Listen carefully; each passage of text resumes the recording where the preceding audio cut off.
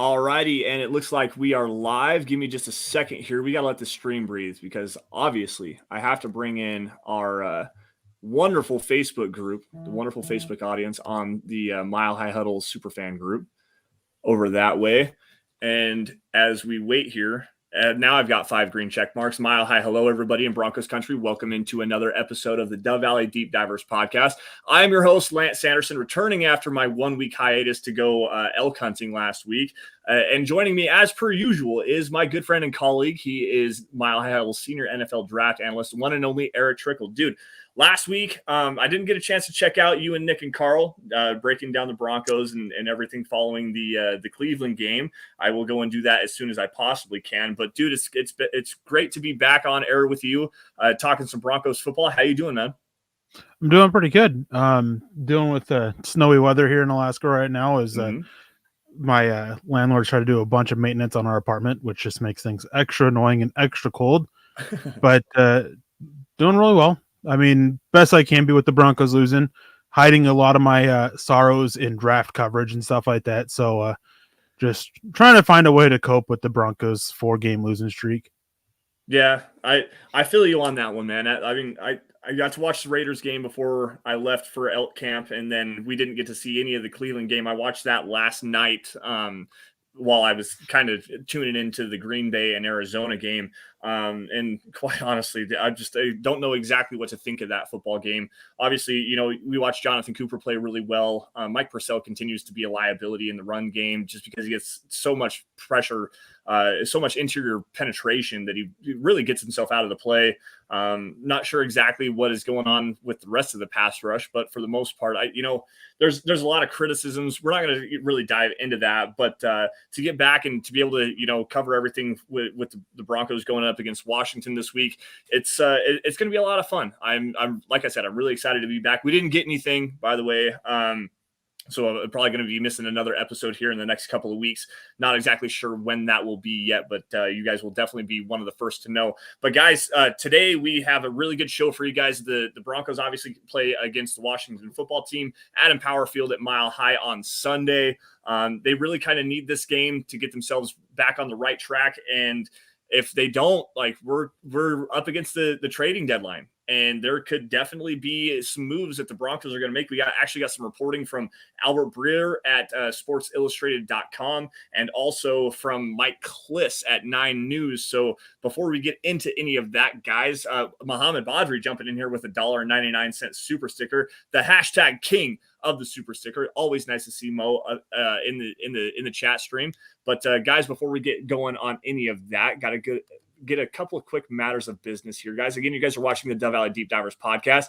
You guys can follow us on Twitter by finding me at Sanderson MHH and for Erick at Erick Trickel. Also, shout out to Scott Kennedy behind the scenes at Scout Kennedy. Folks, if you guys are also on Twitter, make sure you guys are following at Mile High Huddle. That's where you're going to get breaking news and analysis on your Denver Broncos, film breakdowns, anything regarding the Broncos. That's where you're going to find it. Facebook supporters, make sure you guys go to facebook.com /Mile High Huddle. Click that blue Become a Supporter button so you guys can get some premium content like the Trickel Zone, like Kelberman's Corner, and Broncos Book Club with Chad Jensen on Sundays. And guys, we also have the giveaway that we have to kind of announce here as well. We did hit the stars goal on Facebook this month, 250,000 stars. Guys, keep them coming in because the more tickets you get in, the more stars you donate, the more tickets you get in on that Patrick Surtain jersey, which will be given away on Monday's stream, according to Chad, on Monday's stream following the game against the Washington football team. So make sure you guys check out that. And also, we also have to give a large shout out to our YouTube following, the Super Chat Superstars top 5 guys that are in the Super Chat Superstars are also going to be entered into that drawing as well. So make sure you guys tune in on Monday to Chad and Zach to see who gets that Patrick Surtain jersey as well. Scott's got him brought up here. We've got Mark from Georgia in the number 1 spot. Michaela Parker as well, the Duchess of the Mile High Huddle community. Naj Altaf, Christy Remedi, who is the queen of the Mile High Huddle community. Seth Harmon as well. So those are your top 5 YouTube Super Chat Superstars. So guys, make sure, again, tune in on Monday to make sure you guys figure out who gets that Patrick Surtain jersey. Really excited to look at that. And shout out to everybody else who donates. Without you guys, we couldn't do what we do best, which is cover your Denver Broncos. Now, I'm going to get right into this really fast. So I think it was yesterday. It might have been this morning. Albert Breer at the Monday Morning Quarterback, he's at sportsillustrated.com as well, drops his weekly article and is talking about some of the names that could potentially be on the trading block going into the trade deadline. And there's a couple of notable Broncos players on that list. To start it off here, obviously, cornerback Kyle Fuller, who has not necessarily been playing great. Eric, according to the information you were telling me earlier, and I haven't seen anything necessarily official, so if you got something, let me know. But it sounds like contending NFC teams that are winning on the NFC side of things, are really looking at Kyle Fuller. What have you heard, and what potentially could the Broncos get in return? Well, it was one of the main NFL reporters, I can't remember which one, tweeted out about it, that a lot of the contending NFC teams are showing a lot of interest in Kyle Fuller, and that it seemed to be a priority for the Broncos to move him to the NFC. There were about 5 teams named. I can't remember who all of them were, but like the Packers, the Cardinals, the Cowboys, those were all teams that were mentioned, in the Buccaneers as well.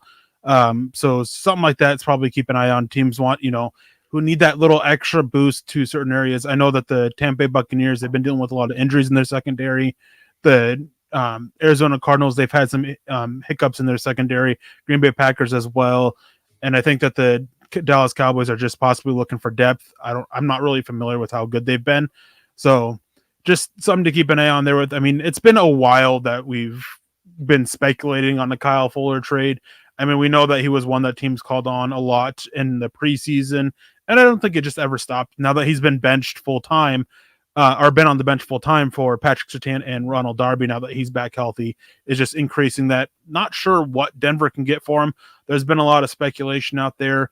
I don't think that some of that speculation that's saying like a 3rd round pick, that's not happening. It would be a day 3 pick, and probably at best, probably like a 5th or 6th. And it could be something like, like a 2023 pick even for him, just because, I mean, Kyle Fuller, he just was not looking good.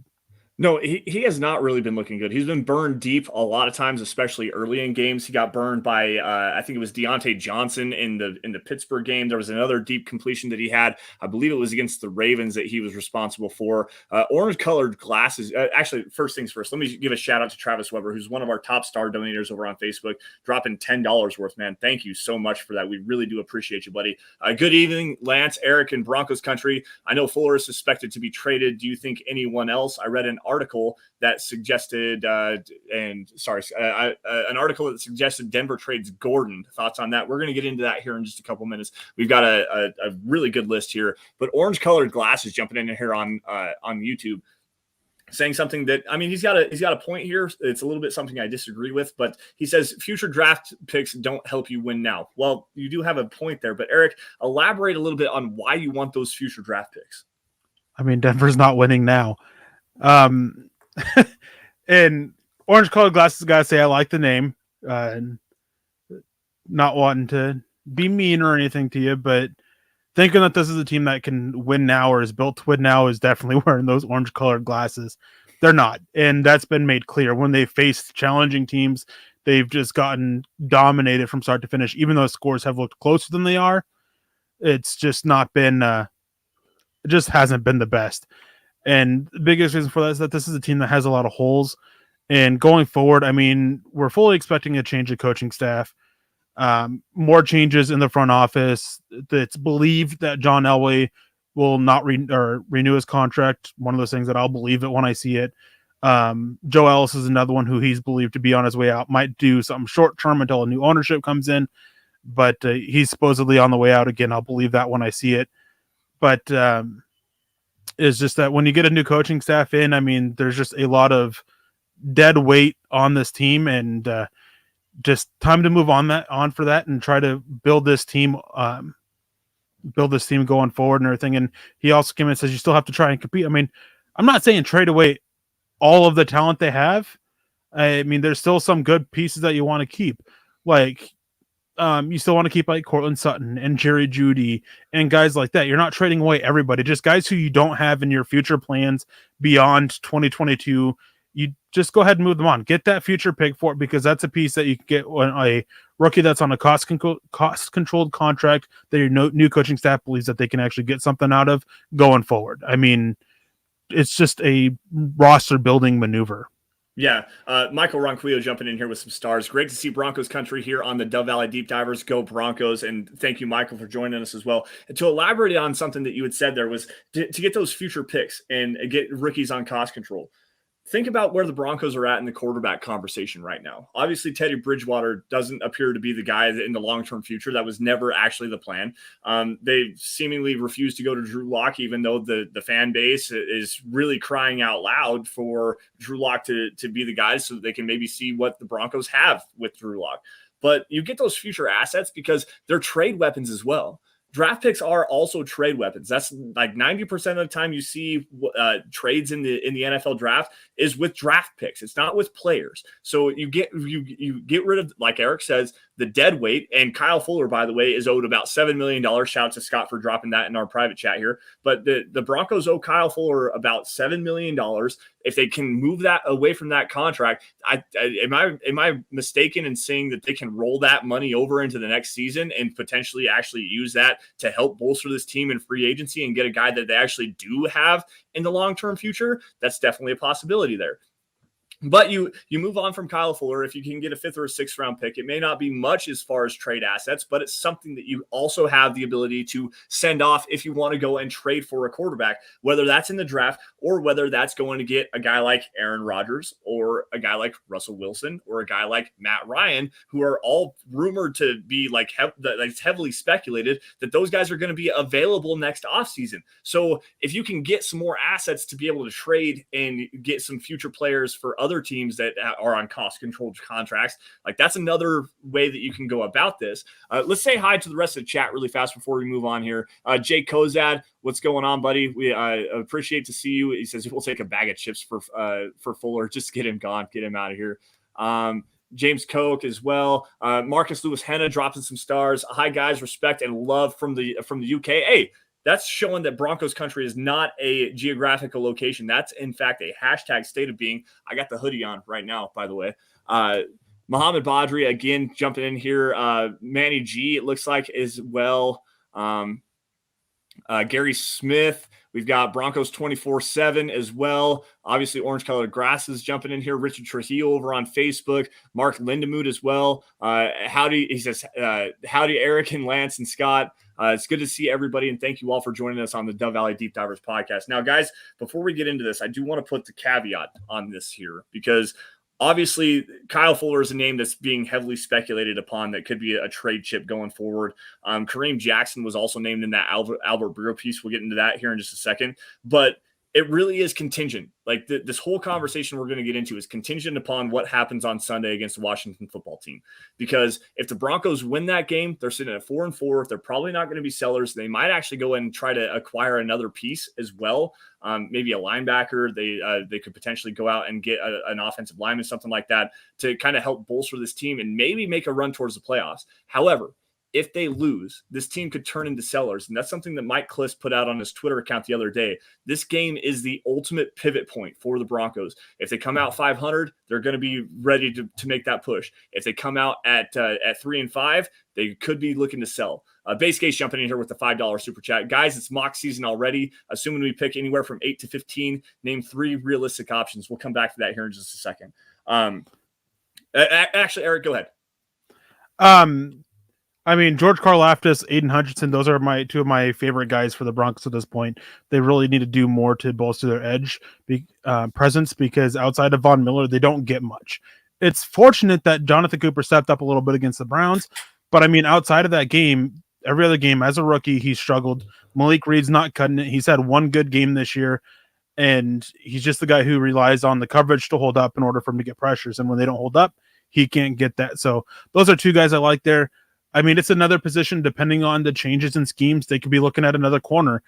Bryce Callahan and Kyle Fuller, they're both possibly on their way out. One of them sooner than later.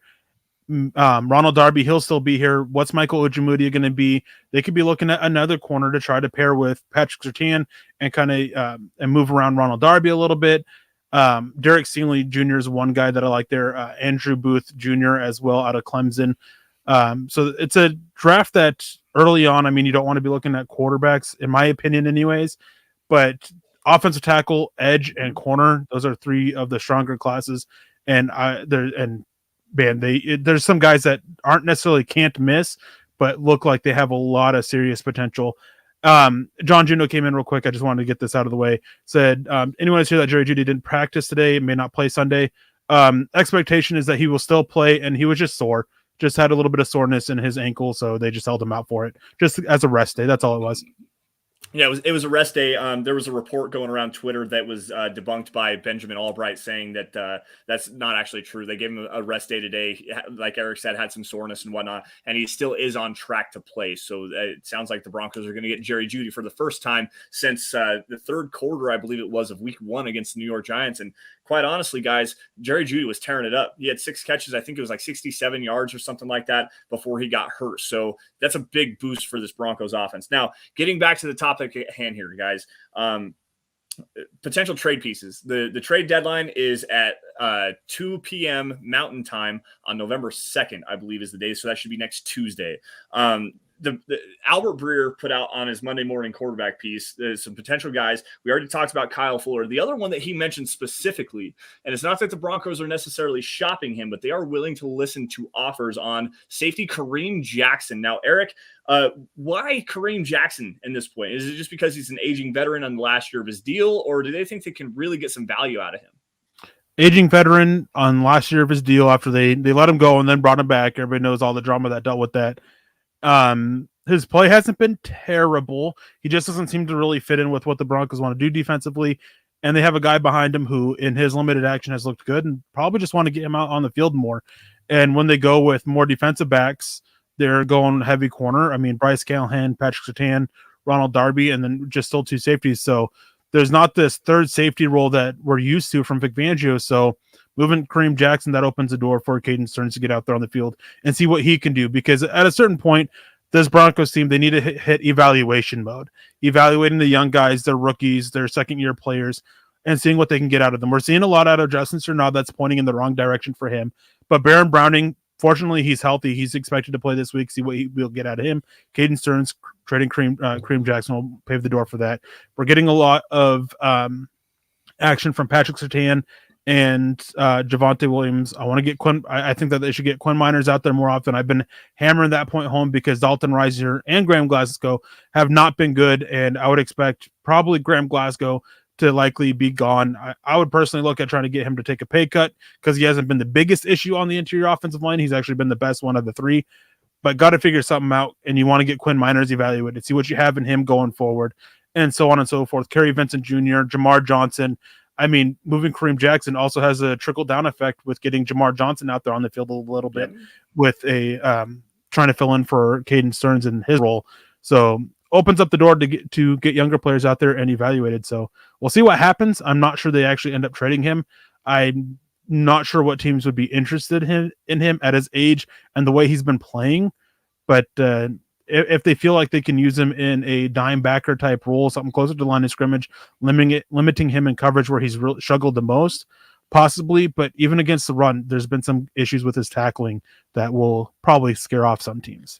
Now, just off the top of my head, I was kind of running through some teams that might potentially be interested in a Kareem Jackson. Miami, Brian Flores. I don't necessarily know. They're not a contender by any stretch of the imagination, but like that would be a really good fit for him, for Kareem Jackson, because Brian Flores likes to run a lot of cover zero blitzing stuff, and Kareem Jackson coming downhill is like, that's a great fit for him. I don't necessarily think that is like a potential thing to happen, but I mean, you never know. This is the NFL. Obviously, it's the most unpredictable sport probably in the entire world. And you never know exactly what's going to happen there. So it could be a contender looking for an extra body in the back end of their secondary, maybe Green Bay there. You might be able to see like maybe the Los Angeles Rams, where they still run that kind of cover 4 hybrid, that match quarter scheme on the back end of that secondary, that if they're looking for some depth behind and looking to fill the John Johnson role, that they lost to the Cleveland Browns this year. That might be a team that you could look out for, but it's mostly speculation at this particular point. So we'll kind of break away from that. Travis Weber jumping in here with some more stars. He says it's not related to the Broncos because I know that Deshaun Watson is not going to come to Denver, but I'm confused about the Panthers in on him when they said they were out. But today they said they would throw McCaffrey in to acquire Deshaun Watson. I have not seen anything on that. Eric, what do you got? The Panthers just seem to be looking like a poorly run organization.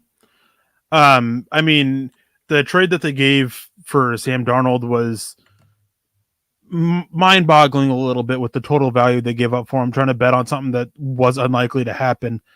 But then turn around and being willing to go in big on Deshaun Watson, like I'm not sure. I mean, I don't think that Deshaun Watson's going to end up traded this year. I think that the best bet would be Miami, and the word out of Miami is that they want all the legal stuff to be settled and everything, and that just doesn't seem to be going to happen. So, don't think we get a Deshaun Watson trade. I don't either. Colby Collier jumping in on Facebook, throwing some stars up. Looks like $4 worth of stars, and we appreciate you, buddy. Nothing to say, just showing some love. Lawrence Rivera as well, dropping some stars. So I wanted to bring in a quarterback to compete with Locke, and instead we got an ex-Viking that got given the job, and our coaches completely fail. We need to start building around Locke with a way better coaching staff and get him a wide receiver or a running back that's a star, not just the middle of the pack, as we've seen how that holds up. Quite honestly, Lawrence, I understand where you're coming from here, but I'm going to debunk that just a little bit. Cortland Sutton is a top 10 wide receiver right now in terms of yardage. He's literally number 10 in the NFL in terms of receiving yards. That's a star. Cortland Sutton is an amazing player. They also have Jerry Jeudy in there as well.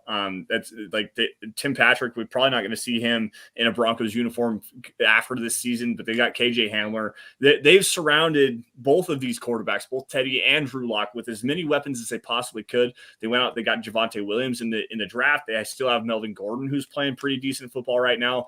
I don't think it's necessarily a lack of weaponry. I think it's a lack of ability and like a lack of IQ between the ears, man. Like, you got to understand where you got to go with the football, understanding what all five guys out in the route, or if that's what they're doing, all five guys out in the route.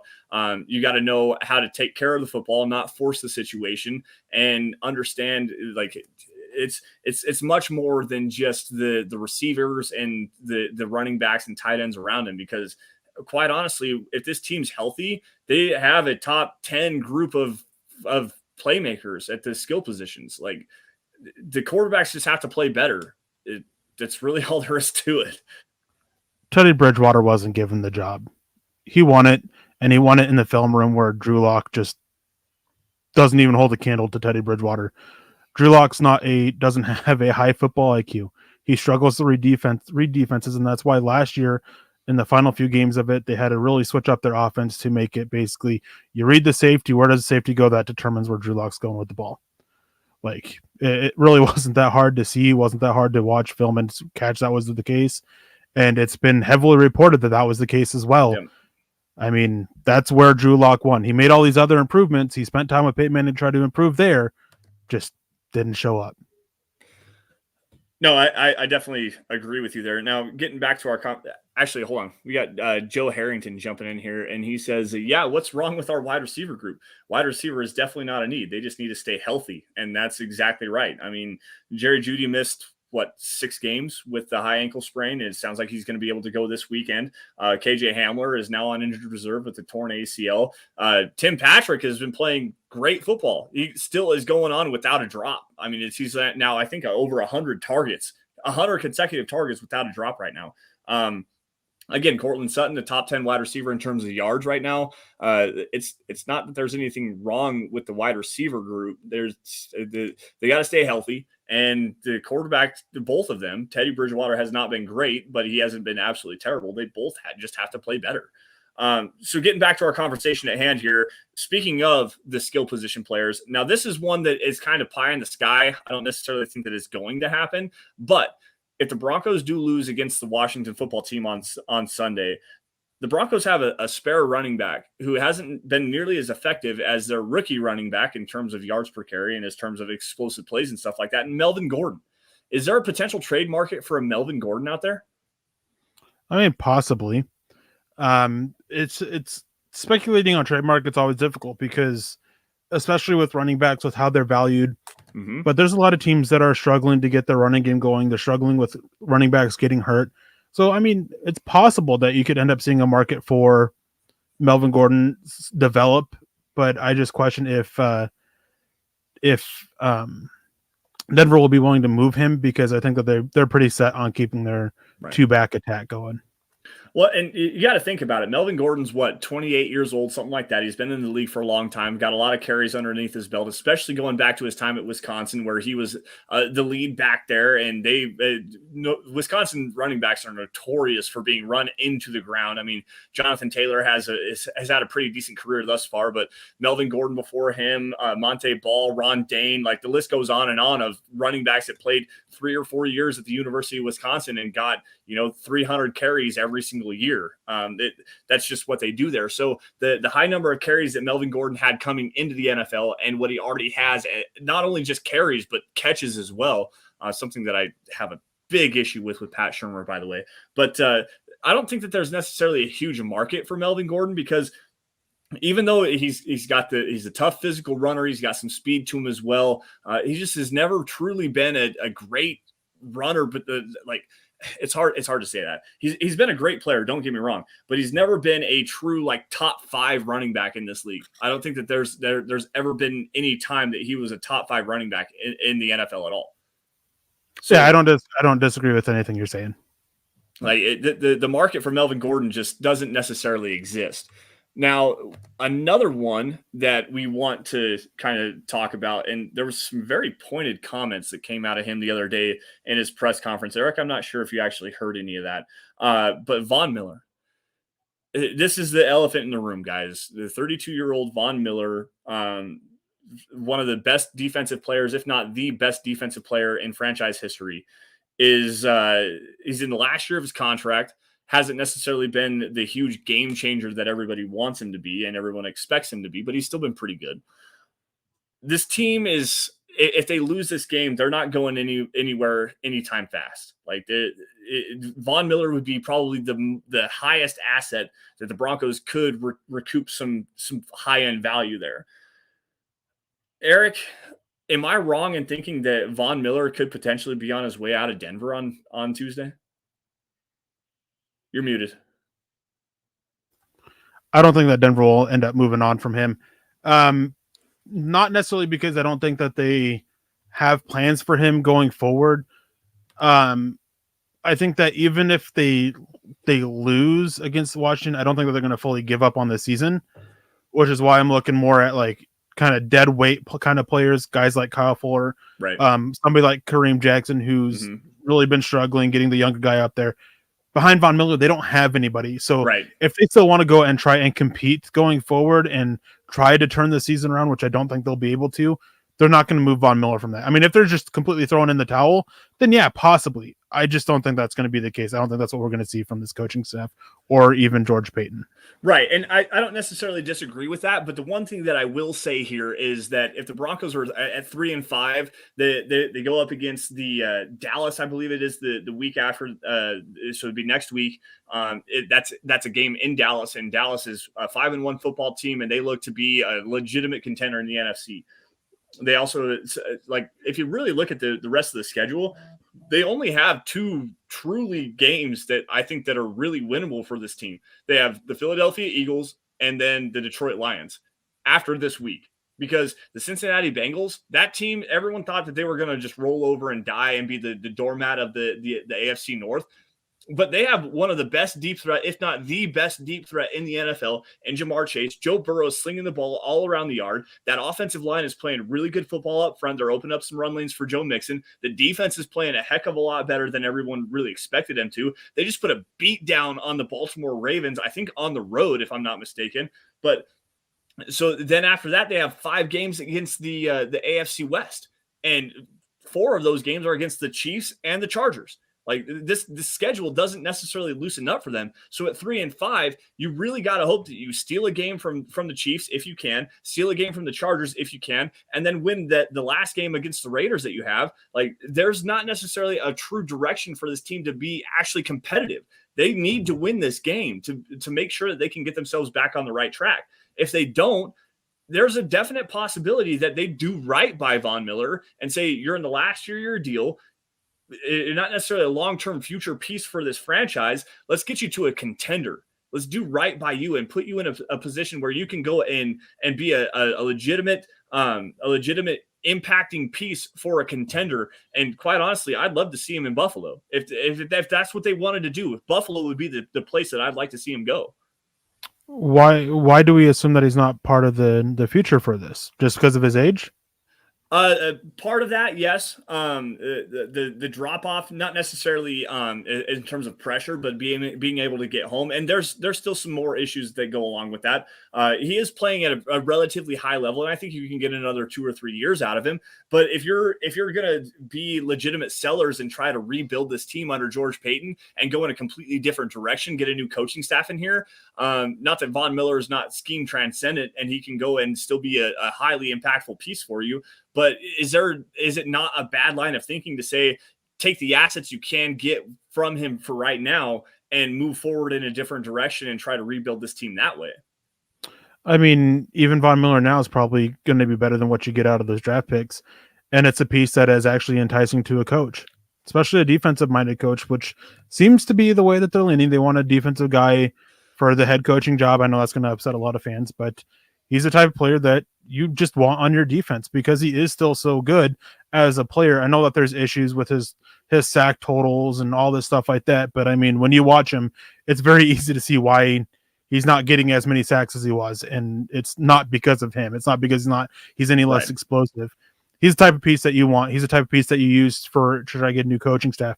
So if you trade him now and then you go in and you want a new coach and the guy that you want is like, oh, we should have had I want a Von Miller type. Well, you just traded him. So, I mean, there's options that you can do with him after the point of you hiring a coach. So you keep him on, you talk with your coach to figure out what he wants. And then if he doesn't want it, you can place the franchise tag on him and see what happens there. That's a fair point. The one other thing that I will kind of say as the caveat on another caveat to this conversation is what's the future hold for Bradley Chubb? I mean, obviously the injuries are mounting up for him. I don't believe the Broncos have exercised the 5th-year option on him. I might be wrong on that one, so forgive me if I am there. But does the team view Bradley Chubb as a cornerstone pass rusher, and maybe they can go get a guy in the draft like a George Karlaftis or his name is escaping me. Aiden Hutchinson? That's the one. Thank you. Do you think that they could go in that direction, just get younger at the position and use whatever assets they can to maybe get into the quarterback conversation in free agency? It's possible. But I mean, the thing still comes back to Von Miller and Bradley Chubb is that there's still pieces. I mean, I know Bradley Chubb has his injury history to be concerned about, but he's still a really good pass rusher when he's out there on the field. Mm-hmm. And so it's just those pass rushers are so important to majority of defenses, if not all defenses, because you went up front and then you went to help your coverage. And so you want those pass rushers. I mean, and then going and getting George Karlaftis or Aiden Hutchinson, neither of them are the sure thing like you have in Bradley Chubb when he's healthy or Von Miller when he's out there on the field.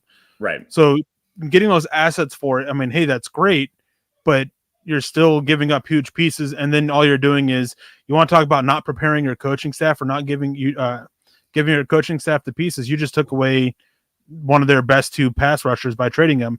And then if you do that with if you trade away Bradley Chubb, and now you can trade players on injured reserve, by the way, if you do that and decide or do this on the offseason and you have no Von Miller, then you're really screwed at the position. So it's a matter of you don't want to trade both of them. You want to keep your options going forward with what you have, especially with the new coaching staff coming in, which just plays into more of the fact that I don't see them moving Von Miller. Right. And James Koch actually jumped in here. I want to give him a shout out really fast. The Broncos did exercise that 5th-year option. He is under contract through next season as well. Colby Collier jumping in here, dropping some stars. Why get rid of Tim Patrick? We're going to jump into this really fast because this was one of the next guys that I had on my list here. Why get rid of Tim Patrick? He's playing well and is a big target. A better quarterback could make him great, or will we actually get something of value for him? One thing that I've heard very frequently, if you listen to Broncos Country Tonight, Ryan Edwards and Benjamin Albright, the one team that could potentially be in the market for a guy like Tim Patrick would be the New Orleans Saints, who are getting ready to move away from the Michael Thomas, the slot machine, or the slant machine. Everyone wants to call him slant boy and stuff like that. He's a better receiver than that. But if you were to insert Tim Patrick into that role, that guy's going to feast. The reason why you want to do something like this with the Tim Patrick is because if you're going to move on from him, you're not going to afford him. It's because you're going to go and you're going to take Cortland Sutton. You're going to take the high upside guy in Cortland Sutton, roll with Jerry Jeudy and KJ Hamler and move in that direction. Tim Patrick has not necessarily outplayed his welcome here, because that's not necessarily true. He's a great, great wide receiver. And I think that the Broncos, if they did want to go the value route, would be better suited to move on from Cortland Sutton and keep Tim Patrick in the fold. However, they can't pay both of those guys. They can only pay one of them. And which one would you rather have? Cortland Sutton, who impacts as a high wide receiver number 1, or Tim Patrick, who's a low-end wide receiver 1, borderline wide receiver 2? Eric, what do you think about that? I mean, going forward, I try to figure out a way to keep them both. I just don't think that's going to happen. Right. And when it comes to that, I give the edge for Cortland Sutton to stick with this team. He's younger. Health is a question, yes, and he's better. Yes. I mean, that's just what it comes down to: youth and ability. And Tim Patrick, he's going to be 30 years old next year, I think. And people often forget that, because he didn't really start to show up until a couple years ago. And he's had severe injury concerns in his history too, which is leading to questions about how long his longevity. But I just wanted to grab this real quick from Jay Kozad. It says Chubb has missed more games than he's played. That is not true. Even if he misses all the rest of the season, he still won't miss more games than he's played in. Right. Chubb's an interesting one. It's so hard to have a conversation about him, just because has he actually been that return on the investment that you got with the number 5 overall pick? No. But when he's on the field, he plays like a number 5 overall pick. You just want him to be on the field and available more often. Kenny Booker, what's up, dude? Good to see you in the chat again, man. It's been a long time. It was really fun to be able to hang out with you in Denver. Need to be able to go and do that again here soon. What's up, fellas? If the Broncos continue to skin, who say Cortland Sutton passes on staying here? # nightmare scenario. That is another good observation there, because Cortland Sutton is in year 4. He's in the last year of his contract. He does have the ability to move on if the Broncos don't extend him a contract. If that is the case, then Tim Patrick has to be a high priority for this team. George Payton will throw money at him. Yes, he will. George Payton is a huge, huge fan of Cortland Sutton and what he can bring to this team. I mean, it's been made clear in multiple interviews. The Behind the Broncos, or whatever that YouTube series was, made it clear George Payton is a huge, huge believer in Cortland Sutton going forward. Real quick, Broncos 2447 came in, says keep Bradley Chubb and Von Miller, draft A. Hutchinson or Kate Elam. Thoughts, Eric? I don't know. I have to check in with Tim Jenkins. Oh man. Anyways, broken. So with Tim Patrick and Cortland Sutton, I mean, it's an interesting discussion, because I think that with Tim Patrick, with how well he's played, with the lack of drops, that you still have to be concerned about his age and his injury history still. I mean, it's been bad enough that it's constantly a concern with him. So it's an interesting discussion, because that age, it's such a factor for wide receivers, because like corners, they just eventually hit a wall and they stop producing. Mm-hmm. And how much time does Tim Patrick have left? As I said, I would really like to see what Tim Patrick can, if Denver's able to bring them both back. I would look at like a 4 or 5 year deal with Cortland Sutton, and then like a 2-year deal with Tim Patrick, or even a 1-year deal. Give him another year to try to go out. But I just think that he's going to go and try to capitalize off of this year with the injuries. Getting Jerry Jeudy back obviously is going to impact that a little bit, but we'll see. We'll see what happens. But it's a very interesting discussion to have.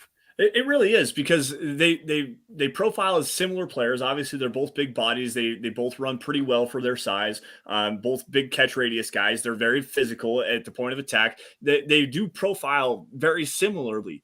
It's just, do you want the Tim Patrick, like Eric says, older, has an injury history as well, or the Cortland Sutton, who has already shown to be a top 10, top 5 level receiver in the NFL. Shoot, a couple of years ago, he was, I think, 7th in yards. I think it was a 2018, 2019 with Joe Flacco, Brandon Allen, and Drew Lock throwing in the football, and he was top 7 in the NFL in terms of yards, and I think top 5 or top 6, something like that, in terms of touchdown catches. Like, this is a guy that can be a legitimate difference maker for your team. He's a great possession receiver, great jump ball receiver. Do you want to move on from something like that to have a Tim Patrick who projects as, like I said, a borderline wide receiver 1, maybe wide receiver 2, a great X receiver, don't get me wrong, but it's very fun to be able to have that conversation. Now, let's see here. Let me run to the comment section really fast, see if we can grab something to bounce off of this. If not, I'm going to go into the next guy that I have as far as a potential trade piece. Here's one. I actually brought it up with Nick last week. Okay. Would you listen to offers for Noah Fant? Man, that's really hard. Yes, I would. And the reason I'll say that is this, Eric, you might think this is hot takey, and I might be over speculating this is in a bad way. I don't think Noah Fant's checked into this team right now. I really don't. I think that he has some issues with the play calling. I think he has an issue with his role as far as them using him as an inline blocker more often than not. I think that he wants to be an explosive pass catching tight end like you see with Darren Waller, with Travis Kelce, with George Kittle. He wants to be that kind of a guy. And Pat Shurmur isn't necessarily utilizing him like that. Like I said, this might be a little bit hot takey, and I don't think that there's an effort value with Noah Fant. And it shows a lot in his effort level as a blocker. He's been a terrible blocker all season long. And even when he does get out in the pass routes, he's not creating enough separation. He's not necessarily playing very hard in that. He'll catch wide open balls out in the flat and need to make a play, make a man miss, and just can't do it. It's like, I don't want to say he's checked out because it's not necessarily fair, but I don't think he's necessarily checked in by any stretch of the imagination. Now, Nick raised the point of after the death of his mother so suddenly and before the season, if that's playing into it, if it's eating that away at him mentally. But I want to come back and I want to talk about the whole blocking bit. He's the number 1 tight end. He's got to stand up. He's got to hold up as a run blocker. And it's not like they're keeping him in as a pass blocker, like at an unheard of amount. It's just your average use as a pass blocker. Right. So, I mean, we can't give this thing of like, oh, they're using him as a blocker and he may not want that. Well, that's 50% of your job right there as a tight end. If you don't want to do that, don't be a tight end. Like, I know his size and everything kind of impedes that a little bit, but even if he's lining up as a receiver, you still got to block a little bit. So you got to sit there and you got to do your job. And as for as a receiver, he's not being asked to do much differently from he was the last few years. Right. So it's just, I do question how much he's checked into this team, but I wonder if some of it is dealing with outside stuff.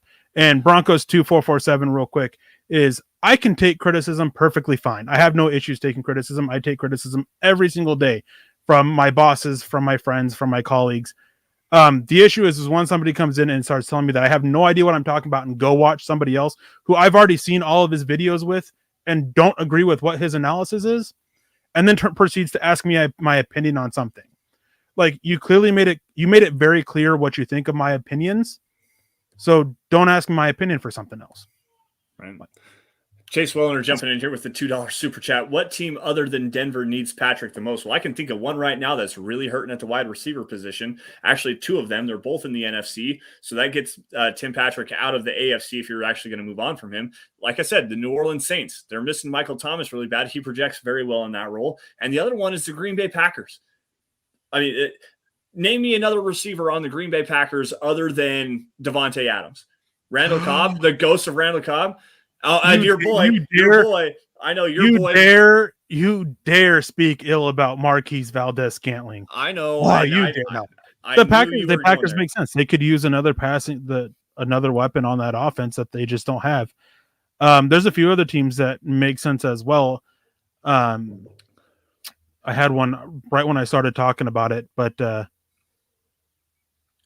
can't remember who it was. Honestly, there's another one that came to mind and then just immediately you threw me off with Marquez Valdez-Scantling. Well, but honestly, the Los Angeles Rams could use a true prototypical X. Robert Woods is not that guy. Cooper Kupp is a great receiver there as well, but they don't have a prototypical X receiver. That profiles very well there. I thought about the Rams for a while, but they're opening up a trade-off to listen to trade offers for Deshaun Jackson because they want to get Tutu Atwell out there on the field. Getting another receiver is just going to impede that a little bit with the receivers they have. So I don't think they would be an option for it. But it was another NFC team. I can't remember who it was. San Francisco could be a guy looking for a prototypical X. They got Deebo Samuel. They've got Brandon Ayuk. Like I'm trying to think who's barely played. Exactly. He's in the doghouse.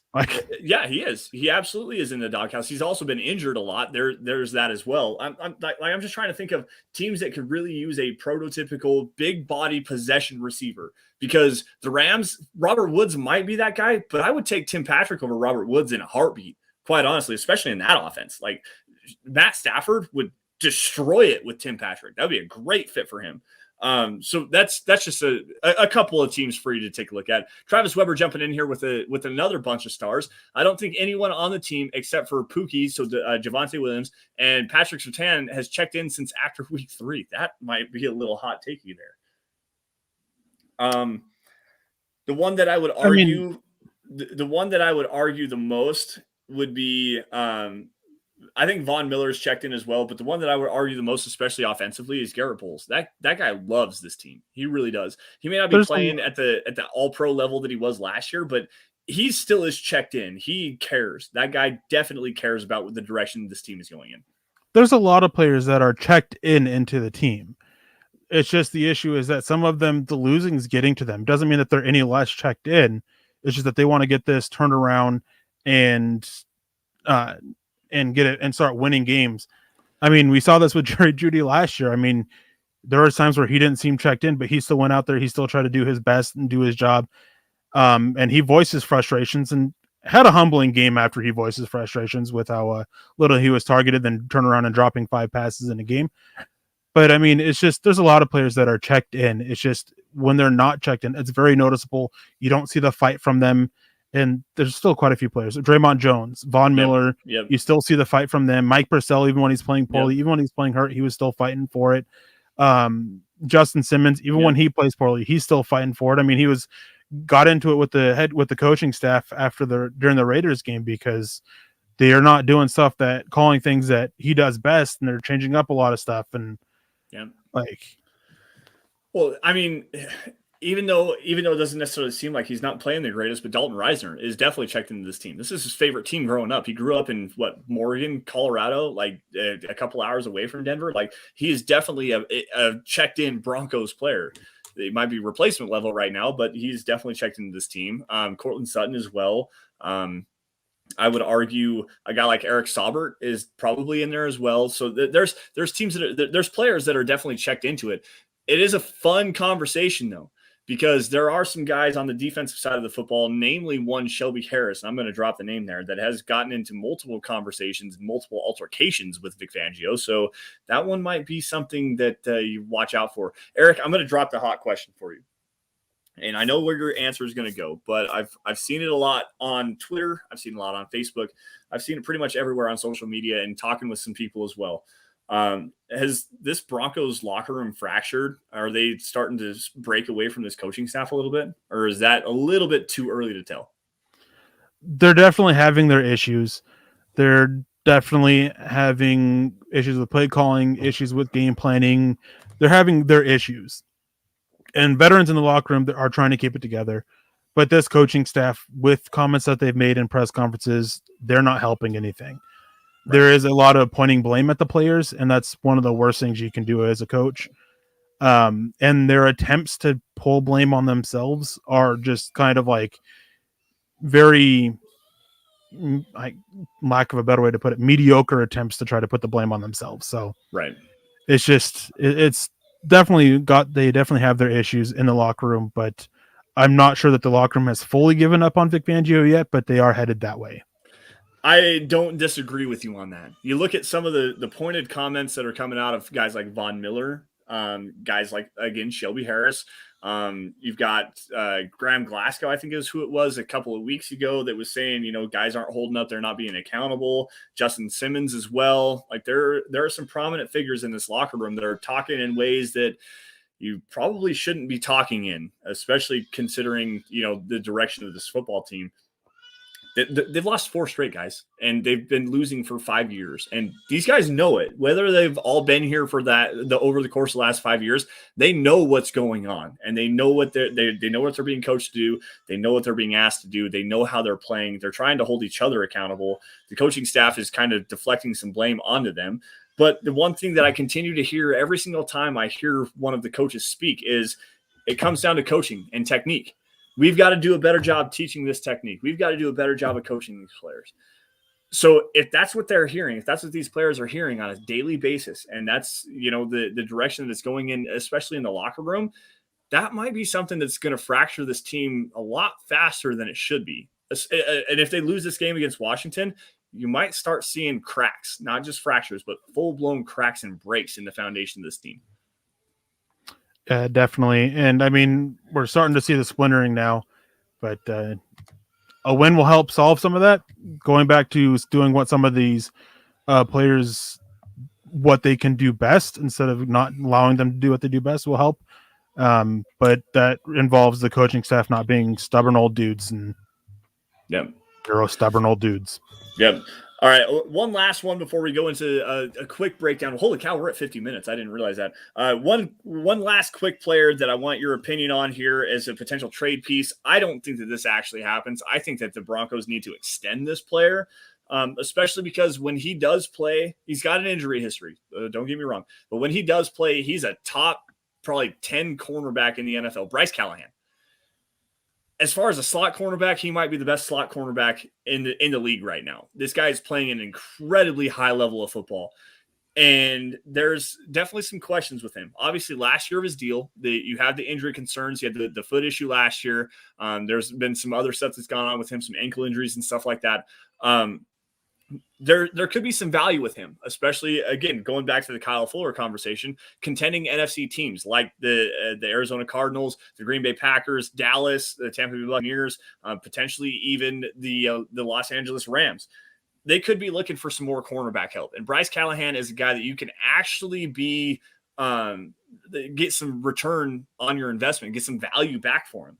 Like I said, I think that the Broncos need to extend him. They need to make him a cornerstone player of this franchise. But with guys like Kerry Vincent Jr., with guys like Essang Bassey, who could be potentially coming off the PUP list here soon, maybe this team wants to look into the future a little bit and to see what they got in guys like that. Eric, what do you think about Bryce Callahan and his future with the Denver Broncos? I mean, I question if he has a future with the team post Vic Fangio, which is one of the reasons why I would consider trading him, despite how good he has played. He has been a little rough the last couple weeks. But the thing is it's kind of one of those things of not quite the full extent, in my opinion, with trading Von Miller, but not far off, is even with the loss, I think that this team, the coaching staff in particular, will try and go full mode on trying to turn things around.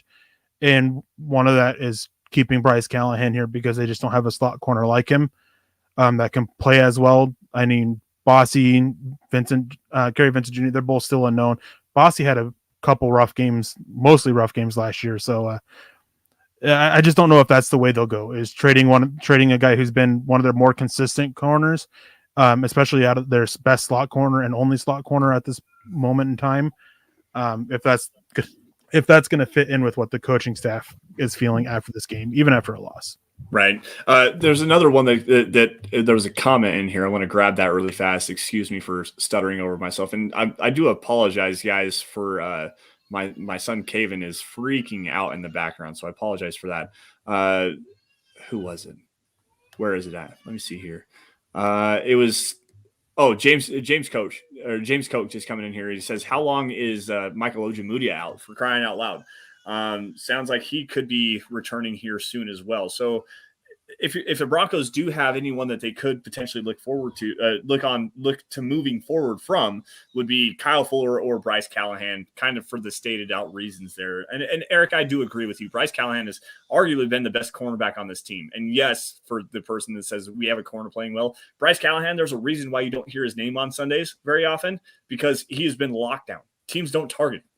They just haven't done it. He went up against Darren Waller, played very well at the tight end position, and everybody knows who Darren Waller is. He's a great player. Held his own against Marquise Hollywood Brown as well in the Ravens game. Held up against Deontay Johnson in the Steelers game when they were matched up. Bryce Callahan's been playing at a freaking damn good level. This is a guy that you, like I said, you could return some value on the investment there. Move on, maybe get you might be able to get a third or a fourth round pick for him. But I mean, there could be a future with him. There really could be. Now, Eric, we're going to pivot off of this. We've got about 5 minutes here. Let's get into the game against the Washington football team coming up here on Sunday. For you, what is the biggest key to this game, and how do the Broncos walk away with a win that they desperately need? I mean, don't let their pass rush take over and stop the running game.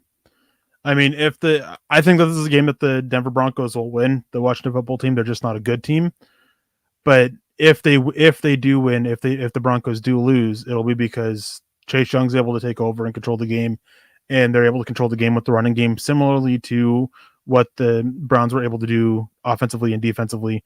So we'll see what happens in that aspect of it, especially with not having Mike Purcell. Even though Mike Purcell's been a big issue in the run defense, losing him still hurts, especially with the concerns they have at the linebacker position. It's going to be a group task to really slow down this this running game of the Washington football team, because that's where their offensive line's built best. Taylor Heineke, he struggles a lot, and I think that the secondary should have their chances to take advantage of that if they can get some good pressure, which their offensive line isn't the best at protecting the quarterback. So, no, I don't disagree with you. And to me, quite honestly, it starts up front. And it's not only Chase Young. I know you shouted him out there, but Jonathan Allen, the interior defensive lineman they have, is probably a top 5 pass rusher along the interior defensive line. He had 2 sacks against the Green Bay Packers early in the first half last week. That guy's a game record. They also have another guy in Deron Payne, former first-round pick. I believe that he was a teammate with Jonathan Allen at Alabama. I might be wrong on that, but I believe that they were together for at least a season. And then on the other side of that, they have Montez Sweat, who's been playing a really good football as well. But that's where this team lives. They live and die with that pass rush. It's a staple of the Jack Del Rio defense. We're going to play 2-man and try to get home with 4, and they've got 4 guys that can actually do that and destroy a game up front. Part of the problem is the back end of that defense has not been necessarily playing very well. They average over 300 yards allowed through the air. So to me, it doesn't necessarily line up well for the Broncos here. And especially on the offensive side of the football, I appreciate what Teddy Bridgewater has done, but he's not a guy that's going to sling it all over the yard. We saw that in the first 3 weeks, but over the last 3 or 4 weeks, he hasn't been great. He's been nicked up for sure. He had the concussion against the Baltimore Ravens. He had the ankle injury and the thigh injury against the Browns. He moved a lot better, I thought, than people want to give him credit for. And he did kind of push the ball down the field, but you can tell that he's not exactly right. I don't think he's going to be right for this game either. The Broncos offensive line has also been not very good in pass protection, and that's a big thing. I mean, go back to the Las Vegas Raiders game where they gave up 17 quarterback hits to Max Crosby and a name of nobodies. That's who this Broncos team is right now. They're struggling in the passing game. It comes down to the quarterback play. It comes down to the offensive line play up front, and you've got a team that can get after the quarterback and really disrupt some things. This is not lining up very well for me in my opinion. Travis Weber, really fast before I let you expand on that, Eric. Coming in here with some more stars. We appreciate you, buddy. Great show, Eric and Lance. It was good to share thoughts with you guys. Going to jump to the World Series and cheer on the Braves. Hey, go Braves. Good night, Broncos country, and go Broncos on Sunday. Travis, we appreciate you, buddy. Now, Eric, what do you think about just the pass rush in general against this offensive line? Is that something that's really going to be obviously you said it's going to be a big issue, but is that something that the Broncos can try to figure out a way to alleviate, or are they going to play right into the hands with Pat Shurmur just being as stubborn as he is? I mean, we saw what Pat Shurmur was doing when Jerry Jeudy was healthy. It was a lot more of a quicker passing game. And with Jerry Jeudy expected to be back, Now, if he doesn't play, this would change things up. But if Jerry Jeudy plays, I would expect to see a more of a quicker passing game, letting Jeudy win early on with his route running, hitting him, and using that to slow down their pass rush and open up other things in the passing game. I think that's what we're going to see if Jeudy plays, which is part of the reason why I think the Broncos can go out there and win this game. Is having Jerry Jeudy back is just so crucial for this offense. There's a reason why after losing him and KJ Hamler, this offense really looked even worse than they did. I mean, with them, they weren't the best unit out there by any means, but they still managed to take a step back, losing them. And I think we'll see why with Jerry Jeudy in this case. Well, and I don't disagree with that at all, especially with what Jerry Jeudy's able to do on third downs. And this Broncos team has been incredibly bad on third down. And the Washington football team, their defense has been bad on third down. I got some actually statistics to kind of debunk that just a little bit for Washington. It also applies for the Broncos as well. But without having a guy that can work over the middle of the field and create instant separation and work with the ball in his hands after the catch, like a Jerry Jeudy, like a KJ Hamler, this offense has been really held back. And Eric, you and I were talking about this before we got going live. Getting Jerry Jeudy back might be the biggest boost this Broncos offense has seen in 2 years. Like, quite honestly, because of his ability, like I said, winning and getting instant separation and creating stuff after the catch with the ball in his hands. If the Broncos do really want to improve upon their league worst offensive production on third down. They are literally the worst in the NFL on third down offensively, and they're going against the worst defense in the NFL defensively on third down. Jerry Jeudy is going to be a big part of that. Now, this is the caveat that I want to kind of throw into that. And Eric, we talked about it a little bit before, and yes, it does apply both ways for the Broncos as well as for the Washington football team. But if you take a look one time at where the teams that the Washington football team has played thus far this season and why they might be as bad on third down as they are, take a look at the quarterbacks that they've played. The teams that they've played thus far to date, I'm just going to run through 5 of them. They have week 1 against the Chargers, week 2 against the Bills, week 3 against the Falcons, week 6 against the Chiefs, and week 7 against the Packers. Those teams the Chiefs are number 1 on third down. The Bills are number 2 on third down. The Falcons are number 6 on third down. The Chargers are number 7 on third down. And the Packers are number 12 on third down. Look at who those quarterbacks are. The Chargers, Justin Herbert. The Bills, Josh Allen. The Falcons, Matt Ryan. The Chiefs, Patrick Mahomes. And the Aaron Rodgers-led Green Bay Packers. Those are 5 out of the top probably 10 quarterbacks in the NFL. There's no reason, there's no wonder why, in my opinion, why this Washington secondary is as bad as they are giving up yardage to the passing game and why they're so bad on third down. Like they're playing elite quarterbacks every single week, it seems like. Except they also struggled against Daniel Jones and Jameis Winston. Yep. And while they're not the same, Jameis Winston's that same kind of caliber of quarterback that Teddy Bridgewater is. Yep. Different styles of play, but they're just that same caliber. So, I mean, it's like the Broncos. I mean, Lamar Jackson, Ben Roethlisberger, even as old age, he still can win with smarts, which is what Peyton Manning was able to do there at the end. Mm-hmm. Derek Carr. I mean, those are guys that there's a reason why the Broncos defense struggled so much against them. They were able to take advantage because of the quarterback, but it goes into all of that. And neither of these units are good units. No. Their DVOA rankings are not that great and are pretty terrible actually. So just some issues there that you got to fix out. I mean, you're going to give quarterbacks face all types of quarterbacks. You got to perform against them all. If you don't perform against them, you're just a bad unit. It doesn't matter who you're going against. You're just, if you struggle, you're not good. Before we get out of here, I just want to make one comment too is didn't really want to talk about Locker or Teddy Bridgewater. Like, I'm so tired of that debate. But there was a lot of people talking about Teddy Bridgewater missing reads. And there's no question that Teddy Bridgewater misses reads. Yeah. Every quarterback will miss reads. It happens. There's other factors that go into this as well. If they're looking to their right and they miss the open receiver on their left, okay. Now, where's the pressure stand? Are they able to actually have time to turn and look that way? There's other factors that go into this. So automatically when you see an open receiver, doesn't mean that he missed that read. There could be other factors in play here.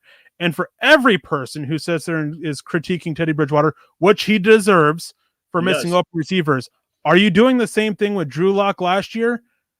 Like, it was what's getting annoying to this point is that all these excuses have been made for Drew Lock, and he doesn't deserve it.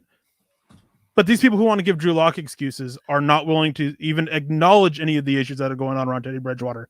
And these excuses for him, which shouldn't exist for Teddy Bridgewater either, are just being completely swept on the rug. And it's all his fault. Last year was all Pat Shurmur's fault. And I saw somebody in the chat talk about how Pat Shurmur's not good. But that doesn't matter. It's all Teddy Bridgewater. Like, come on, guys. Like, Drew Lock isn't good. Like, Teddy Bridgewater isn't good. It's just how it is. Teddy Bridgewater wasn't given the job. Teddy Bridgewater went out there and won the job because he's the smarter quarterback. Yes, he's turned the ball over multiple times over the last few games. Well, guess what? Drew Lock did that multiple times. Like, come on now. Like, call a spade a spade. These are bad quarterbacks, and the Broncos didn't do enough to fix it. No, they did not.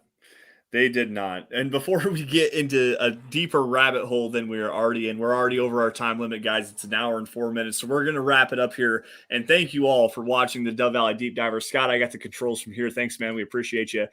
Thank you all for joining us on the Dove Valley Deep Divers podcast. You guys follow me on Twitter by finding me at Sanderson MHH, and for Eric at Erick Trickel. Guys, also at DVDD_pod. That's where you're going to find out what we're talking about on the Dove Valley Deep Divers podcast every single week.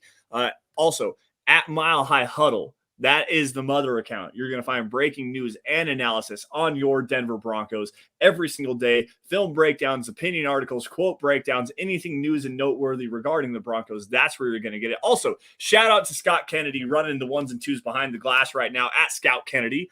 Facebook supporters. Make sure you guys go to facebook.com/Mile High Huddle. Click that blue Become a Supporter button where you guys are going to get premium content, including the Trickle Zone, which airs every single Saturday at noon. Mondays now. Okay. Monday, because of my mom having surgery, I can't do Saturdays anymore, so we moved it over to Mondays. Okay, so Mondays I'm guessing you're going to do some breakdowns of the game that just or what do you got going on? It's the game that just happened, and it's Mondays at 1 p.m. Mountain Time. Okay. Well, I missed the update on that, so apologies for that, guys. But you're also going to get Kelberman's Corner, and you're also going to get Broncos Book Club with Chad Jensen. Folks, if you guys are financially able to do so, and this is something that everybody kind of wants to do, head on over, huddleuppod.com. That's the merch booth, guys. I'm a concert junkie. We don't get it the swag. It's the merch tent, okay? That's where you're going to get your hats. You're going to get a hoodie. There's a T-shirt, anything that suits your fancy, a face mask, a coffee cup, a onesie for your baby if that's what you want, something for the guys, something for the gals. Every single podcast is featured on huddleuppod.com. That's where you're going to be able to get that. And guys, if you are not able to do so, the 3 things everybody should be doing at this particular point is subscribe. Wherever you guys are watching this, YouTube, on Facebook, Twitter, Twitch, Apple Podcasts, leave a comment and a review. Subscribe to Mile High Huddle. Like every video you guys see, like every article you guys see. If you like it, you're going to love it. And if you love it, you're going to share it. Share it to as many Broncos fans as humanly possible, because that is the most organic way you can help us grow our following, get our content out in front of as many Broncos fans as possible, because without your guys' support, we could not do what we do best, which is cover your Denver Broncos. Now, let's run the comment section one more time. And somebody asked about Albert Okwuegbunam. I saw a comment about that earlier. It's still possible he plays. We'll probably find out tomorrow. Same with Jerry Jeudy. Not for sure if they play, but if they get pulled off injured reserve, it's probably looking good for them to play. He's still on injured reserve, as is Jerry Jeudy, as is Jonas Griffith. So keep an eye out for that tomorrow. The MHI guys will probably cover that stuff tomorrow night. But things are looking good for Albert O to play. He's just got to come off of injured reserve. Yeah, and hopefully he's actually good to go, because that adds another dynamic weapon to this Broncos offense, and probably a better blocker than Noah Fant, and might actually free up some better 12 personnel looks where you can flex Noah Fant out as a receiver, maybe get him into the slot and attack the middle of the field, going away. Like, honestly, to me, the way that this Broncos offense needs to look moving forward is you get Jerry Jeudy on one side, Noah Fant on the other side, run a lot of mesh concepts, because that's going to confuse a lot of defenses, and it's going to open up the middle of the field, and hopefully somebody can win with some athleticism. So hopefully Alberto is ready to play on Sunday. Now, Peter Middleton jumping in, saying he loves the show. We appreciate you, Peter, for doing everything that you do behind the scenes and showing up some stars and everything like that. Good to see you in the chat as well. Thanks to James. Thanks to Todd. Thanks to Drew the Fool and everybody else for joining us. Eric, before we get out of here, any last words? Well, I got to give a quick shout out for Gary Smith for mentioning Dick Trickel. Actual guy, I'm actually related to him. So always funny to see that in there. But here's the thing. Last thing on the quarterback thing before we get out of here. This team was built to thrive off a strong running game with a great defensive play that was supposed to be top 5, and then a quarterback that could manage the game and not turn the ball over. Okay.